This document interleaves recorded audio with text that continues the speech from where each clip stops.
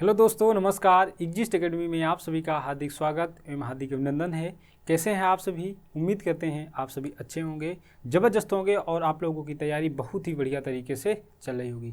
संविधान की इस श्रृंखला में आज हम सबसे इम्पोर्टेंट टॉपिक को कवर करते हैं और वो टॉपिक आपका क्या है? लोकसभा। जैसा कि आप सभी लोग जानते हैं, लोकसभा का इलेक्शन कुछ राज्यों में हो चुके हैं और कुछ बचे हुए हैं। तो कहने का मतलब यह है कि जो लोकसभा के सदस्य होते हैं उनका चुनाव कैसे होता है, उनका कार्यकाल कितना होता है, या लोकसभा के सदस्य की योग्यता क्या होती है, लोकसभा के सदस्य की अयोग्यता कब कब अयोग्य बनाए जाते हैं या कब कब अयोग्य दे दिए जाते हैं, इन समस्त बिंदुओं पर हम अच्छे से अध्ययन करते हैं। आइए सबसे पहले समझते हैं लोकसभा।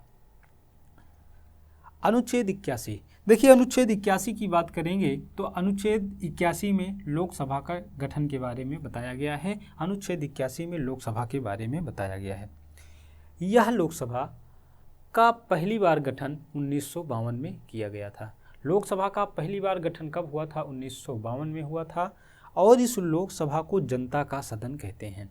लोकसभा को जनता का सदन कहते हैं। इसे निम्न सदन के नाम से जानते हैं: अस्थायी सदन, लोकप्रिय सदन और प्रथम सदन के नाम से जानते हैं। कहने का मतलब यह है कि यह जो आपका लोकसभा है, लोकसभा को इस इतने नामों से जाना जाता है। क्लियर हुई बातें? आइए अब समझते हैं कि लोकसभा में अधिकतम कितनी सीटें हो सकती हैं। तो लोकसभा में मैक्सिमम 552 सीटें होती थी पहले, लेकिन 2 आंग्ल भारतीय की नियुक्ति जो होती थी भारत के राष्ट्रपति के द्वारा, वह 2 आंग्ल भारतीय की नियुक्ति अनुच्छेद 331 के तहत उसे 104वां संविधान संशोधन 2020 के द्वारा समाप्त कर दिया गया है। क्योंकि तो इसलिए वर्तमान में कितनी सीटें हैं? इसलिए वर्तमान में लोकसभा की 543 सीटें हैं, जिसमें से 530 सीटें या 530 सदस्य राज्यों से तथा 23 केंद्र शासित प्रदेशों से आते हैं। क्लियर हुई बातें? यहाँ पे आप देख लीजिएगा, 104वां संविधान संशोधन 2020 के द्वारा 2 आंग्ल भारतीयों को समाप्त कर दिया गया है। इसलिए अब जाकर के कितनी सीटें हो गई हैं? मैक्सिमम 550। ठीक, आइए अब बात को समझते हैं। यह जो सदस्य की बात है, सदस्य का मतलब क्या होता है कि जो लोकसभा के सदस्य होते हैं उनका चुनाव कैसे होता है, वो कैसे चुने जाते हैं। तो जो लोकसभा के सदस्य होते हैं वो जनता के द्वारा प्रत्यक्ष चुने जाते हैं। जैसा कि हमने यहाँ पे जिक्र किया है, लोकसभा के सदस्य प्रत्यक्ष चुने जाते हैं। प्रत्यक्ष का मतलब मेरे भाई यह होता है कि जैसे मान लीजिए कोई भी 2 व्यक्ति हैं। प्रत्यक्ष का मतलब क्या होता है कि कोई भी चीज़ को, जैसे मान लीजिए इस मार्कर को हमें ए तक पहुंचाना है, तो हम इसको अगर डायरेक्ट दे रहे हैं, इसका मतलब है कि मेरे द्वारा ए को दिया गया मार्कर क्या होगा? प्रत्यक्ष होगा। लेकिन यही इस मार्कर को यदि हम बी को दें, बी जाकर के ए को दे, तो मेरे द्वारा क्या हो जाएगा? अप्रत्यक्ष हो जाएगा। मेरे कहने का मतलब यह है कि यह लोकसभा के जो सदस्य होते हैं इनको हम जनता ही चुनते हैं या हम जनता के द्वारा ही चुने जाते हैं। ये आपका था प्रत्यक्ष का मैटर। दूसरी बात को समझना है कि यह जो लोकसभा के सदस्य चुने जाते हैं इनको कौन कौन चुनता है। कौन कौन का मतलब होता है कि जिस व्यक्ति की उम्र 18 वर्ष से अधिक हो गई है वह व्यक्ति लोकसभा के सदस्य को चुनते हैं। क्लियर हुई बातें? या आप ऐसे कह सकते हैं 18 वर्ष के उम्र के से अधिक के जो व्यक्ति होते हैं वो इसमें भाग लेते हैं। बात को समझ लीजिएगा। पहले यह 21 वर्ष था। कहने का मतलब है पहले वोट देने की जो उम्र थी 21 वर्ष थी, लेकिन 61वां संविधान संशोधन कब हुआ था? 1988 में। और 21 वर्ष से एज को घटा करके कितना कर दिया गया? 18 वर्ष कर दिया गया। कोई दिक्कत है भाई यहाँ तक? यहाँ तक कोई दिक्कत है किसी को? यहाँ तक शायद किसी को कोई प्रॉब्लम नहीं होगी। देखिए, लोकसभा में एक व्यवस्था को और अपनाया जाता है जिसे हम बोलते हैं first past the post system. देखिए, और जो राज्यसभा के चुनाव होते हैं, राज्यसभा में जो प्रक्रिया होती है वो एकल संक्रमणी प्रणाली, आनुपातिक प्रतिनिधित्व से एकल संक्रमणी प्रणाली द्वारा मतदान होता है। इसी तरीके से राष्ट्रपति का होता है। तो ये जो first past the post system है, इससे लोकसभा के सदस्य चुने जाते हैं। आप ऐसा कह सकते हैं एकल संक्रमणी प्रणाली का प्रयोग यहाँ पे क्यों नहीं होता? तो एकल संक्रमणी प्रणाली अत्यंत खर्चीली एवं महंगी होती है, इसलिए यहाँ पे first past the post system को अपनाया जाता है। आप ऐसे कह सकते हैं first past the post system क्या होता है, इसको समझिएगा।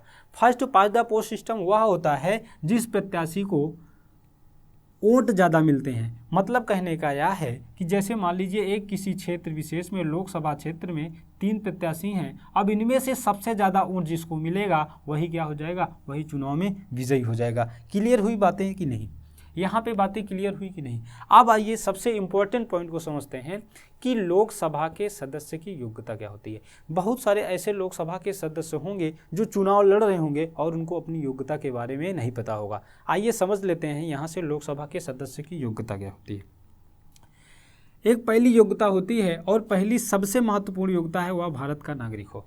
कहने का मतलब यह है कि आपको भारत का नागरिक होना अनिवार्य है। इसका मतलब ये नहीं है कि जैसे मान लीजिएगा पाकिस्तान में इमरान खान को लगे कि वहाँ पे उनकी सत्ता खराब हो चुकी है, सत्ता खत्म हो चुकी है और सीधा मुड़ी उठाए और सीधा कहाँ चले आए, सीधा सर उठाए कहाँ चले आए, भारत। और भारत में आकर चलिए कोई बात नहीं, भारत में लोकसभा का इलेक्शन लड़ते हैं, ऐसा नहीं होगा। कहने का मतलब सिर्फ यहाँ पे यह है कि कोई भी व्यक्ति भारत में चुनावी मामलों में जाएगा या कहने का मतलब यहाँ पे यह है कि आप यदि लोकसभा के सदस्य बनेंगे तो सबसे पहली प्राथमिकता आपकी क्या होगी, भारत का नागरिक होना अनिवार्य होगा। दूसरी बात को यह समझना है कि 25 वर्ष की आयु पूरा कर चुका हो। दूसरी इंपॉर्टेंट बात क्या है कि वह व्यक्ति जो लोकसभा का सदस्य बनने जा रहा है उसकी 25 वर्ष आयु पूरी कर चुका हो, दूसरी बात है। तीसरी बात यह है कि लाभ के पद पर नहीं होना चाहिए। लाभ के पद का मतलब होता है कि किसी भी सरकारी नौकरी में नहीं होना चाहिए, यही आपका क्या माना जाता है, लाभ का पद। या आप केंद्र सरकार या राज्य सरकार के अधीन किसी भी सरकारी पद पर ना हो, वही आपका क्या, लाभ का पद माना जाता है। जो व्यक्ति लाभ के पद पर होगा ऐसे व्यक्ति चुनाव में नहीं लड़ सकते हैं। क्लियर हुई बातें। आइए दूसरी बात को समझते हैं। दूसरी बात क्या है, किसी भी निर्वाचन क्षेत्र से चुनाव लड़ सकते हैं। कहने का मतलब यह है कि भारत में किसी भी निर्वाचन क्षेत्र से चुनाव लड़ा जा सकता है। जैसे मान लीजिएगा कि प्रधानमंत्री मोदी जी बनारस से चुनाव लड़ते हैं। इसी तरीके से पिछली लोकसभा में राहुल गांधी जी वायनाड से चुनाव लड़े थे। तो कहने का मतलब है कि किसी भी निर्वाचन क्षेत्र से चुनाव लड़ा जा सकता है। क्लियर हुई बातें। अब आइए समझते हैं लोकसभा के सदस्यों का कार्यकाल कितना होता है। तो यहाँ पे जो कार्यकाल होता है 5 वर्ष का होता है। ठीक, इसी की लोकसभा की अवधि कितनी होती है, 5 वर्ष होती है। लेकिन मान लीजिए बाई चांस या कोई दिक्कत तो आ जाती है देश में, जैसे आपातकाल की परिस्थिति आ जाती है, तो आपातकाल के समय लोकसभा के जो कार्यकाल है इस कार्यकाल को एक बार में 1 वर्ष के लिए बढ़ाया जा सकता है। क्लियर हुई बातें। जैसे हम कह सकते हैं ऐसे हमने कहा कि जैसे मान लीजिएगा यहाँ पे 2024 चल रहा है, तो 2024 में इलेक्शन हो रहा है। तो इसके पहले मान लीजिए इलेक्शन अनाउंस ना हुआ हो, तो इलेक्शन अनाउंस ना होने के पहले यदि कोई ऐसी परिस्थिति आ जाती है कि राष्ट्रीय आपातकाल लग गया हो, तो उस दौरान एक बार में 1 वर्ष के लिए कार्यकाल को बढ़ाया जा सकता है। क्लियर हुई बात है कि नहीं, एक बार में 1 वर्ष के लिए बढ़ाया जा सकता है। लेकिन जब आपातकाल समाप्त हो जाता है तो 6 महीने के अंदर अंदर इसको क्या, चुनाव करवा लेना अनिवार्य होता है। अगली बात को समझिएगा। देखिए 42वां संविधान संशोधन 1976, शायद आप सभी लोग इससे परिचित होंगे। 42वें संविधान संशोधन में इतना ज़्यादा परिवर्तन हो गया था, इसलिए इस संशोधन को मिनी कॉन्स्टिट्यूशन ऑफ इंडिया के नाम से जाना जाता है, जिसे लघु संविधान कहते हैं। 42वां संविधान संशोधन 1976 इंदिरा गांधी जी के समय में हुआ था। और इंदिरा गांधी जी के समय में यह संशोधन में एक बात यह कही गई थी कि जो लोकसभा है और जो विधानसभा है इन सभी के जो कार्यकाल 5 वर्ष थे अब ये 6 वर्ष होंगे। क्लियर हुई बातें। लेकिन 44वें संविधान संशोधन 1978 में मोरारजी देसाई भी नहीं माने, कहे कोई बात नहीं, जैसे है पहले सब वैसे चलेगा। तो मोरारजी देसाई ने 44वां संविधान संशोधन 1978 में किया और लोकसभा विधानसभा के कार्यकाल को पुनः 5 वर्ष किया। आई होप कि आप लोगों को यह इतनी बातें बहुत बेहतर तरीके से समझ में आई होंगी। यह इतनी बातें अगर समझ में आई है तो चैनल को लाइक करें, शेयर करें और कमेंट करना बिल्कुल ना भूलें। अब आइए समझते हैं लोकसभा के जो सदस्य होते हैं इनकी अयोग्यता भी होती है, किस मामले में ये अयोग्य करार दे दिए जाते हैं। आइए इसको समझते हैं। आइए दोस्तों हम लोग समझते हैं इनकी अयोग्यता के बारे में। तो लोकसभा के सदस्य अयोग्य कब हो जाते हैं, जब वह व्यक्ति लाभ के पद पर हो।